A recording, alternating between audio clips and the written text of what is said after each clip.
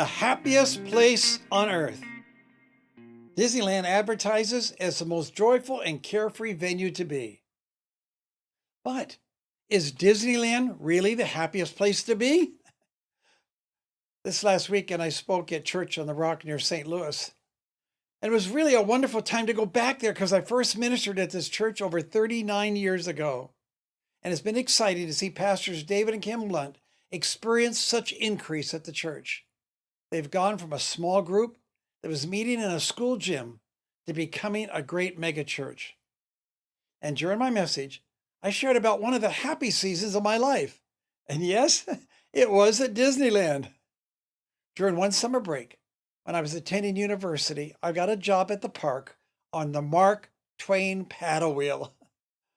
And being in that environment, surrounded by cheerful people and beautiful forests that lined the river, was truly a happy time for me. But working at or going to a happy place will only give one a temporary emotional boost. But living in a state of happiness, that is something totally different. Which brings me to the subject of today's nugget, happiness keys. And I'll be right back with our coaching segment. Well, they're out there having fun in that warm California sun. Well, I'm going out west out on the coast, where the California girls are really the most.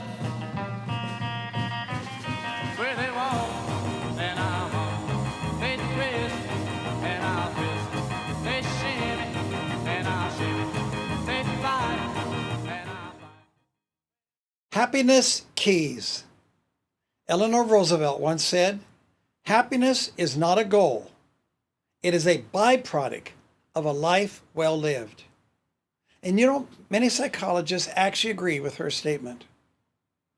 In fact, a recent study revealed some of the most common characteristics of happy people. And I want to share them with you. Number one, the study found that they were friendly. It revealed that during a 9-year period, those who were connected with family and or friends, at least on a weekly basis, were happier. But get this, not only were they happier, they had an 87% less risk of dying prematurely and lived an average of 8 years longer. Secondly, they had a focus on being positive. They looked at the good in events and people, and it was one of the things that separated them from everybody else. In the words of best-selling author Richard Exley, life is a constant mixture of success and failure, joy and sorrow. And it's our responsibility to sift through these experiences and choose which ones we're going to amplify and which ones we're going to diminish. The third characteristic was being grateful. They noticed and appreciated the little things in life and the pleasures that they discovered. And they were forgiving. This is a trait that is most strongly linked to happiness. And yet, it is the one that is hardest for many to achieve. That is the ability to forgive. Some of the psychologists describe the capacity to make allowances for this behavior as the queen of all virtues. And lastly, they were generous.